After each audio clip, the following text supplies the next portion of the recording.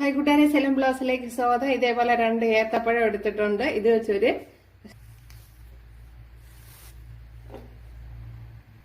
ഇതിനെ ഒന്ന് ഉടച്ചെടുക്കാം. ഇതേപോലെ കൈ കൊണ്ട്. ഇപ്പോഴും നല്ല പഴുത്തതായിരുന്നെങ്കിൽ പെട്ടെന്ന് ഒരു ശകലം കൂടെ പഴുക്കണമായിരുന്നത്.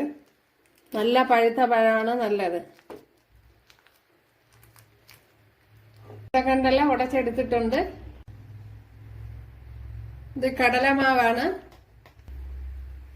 ഒരു 2 ടേബിൾ സ്പൂൺ ചേർത്ത് കൊടുത്തിട്ടുണ്ട്. 1 ടേബിൾ സ്പൂൺ അരിപ്പൊടി ചേർത്ത് കൊടുത്തിട്ടുണ്ട്. 1 നുള്ളു ഉപ്പ്, 1 ടീസ്പൂൺ മുളക് പൊടി, ചെറിയ സ്പൂണിനാണ്. ശകലം മഞ്ഞൾപ്പൊടി, ഇതിലേക്ക് ശകലം കായം കൂടെ ചേർത്തിടുക. ഇപ്പോഴെന്റെ കയ്യില് കട്ടയാണ് ഇരിക്കുന്നത്. പേര് പിന്നെ ഒരു 1/4 ടീസ്പൂൺ കായപ്പൊടി ചേർത്ത് കൊടുക്കുക. എൻ്റെ കയ്യിൽ ഇതേപോലെ കട്ടയാണ്. 1 ടേബിൾ സ്പൂൺ മല്ലിയില, ഇതിലേക്ക് 1 ടേബിൾ സ്പൂൺ കറി ലീവ്സ്, ഇതിലേക്ക് 1 ടീസ്പൂൺ ഈസ്റ്റും 1 ടേബിൾ സ്പൂൺ ഷുഗറും കൂടെ ഒഴിച്ച് 10 മിനിറ്റ് വെച്ചിരുന്നതാണ്. അപ്പോഴേ നല്ല ഈസ്റ്റ് ഒന്നുമല്ല, അതുകൊണ്ടാണ് ഇങ്ങനെ ഇരിക്കുന്നത്. അല്ലെങ്കിൽ ഇപ്പൊ നല്ലപോലെ പതഞ്ഞിരിക്കാനുള്ളതാണ്.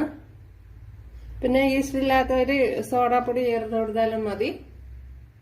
ഇതിനി നല്ലപോലെ ഒന്ന് കുഴച്ചെടുക്കണം. അപ്പോൾ ഞാൻ ഏത്തപ്പഴം ഒത്തിരി സോഫ്റ്റായിട്ട് ഉടച്ചില്ല. ഇടയ്ക്കിടയ്ക്ക് ചെറിയ കഷ്ണങ്ങളായിട്ടാണ് കിടക്കുന്നത്. ഒരു ശകലം കൂടെ കോൺഫ്ലവർ ചേർത്ത് കൊടുക്കുക. അപ്പോൾ 1 ടേബിൾ സ്പൂൺ, കോൺഫ്ലവർ അല്ല, സോറി, നമ്മുടെ കടലമാവ് ബേസ് എന്ന് പറയുന്നത്. ഇതേപോലെ വെള്ളത്തിൽ മുക്കണം. ഇതേപോലെ ചെറിയ ഉരുളകളാക്കി ഇങ്ങനെ ഉരുട്ടിയെടുത്തിട്ട് ഇതേപോലെ ചേർത്ത് കൊടുക്കുക. ഇരിക്കുകയാണ്.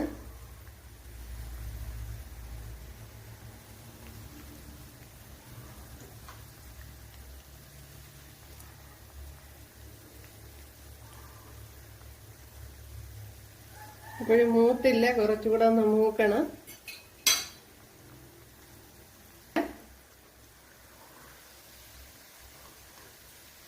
കുറച്ചുകൂടെ റെഡി ആയിട്ടുണ്ട്. എൻ്റെ അഹം കാണിച്ചു തരാം.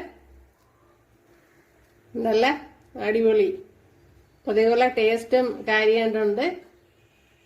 ഇപ്പോൾ കൂട്ടുകാരെല്ലാവരും ചെയ്ത് നോക്കാം. ഇഷ്ടമായാലൊന്ന്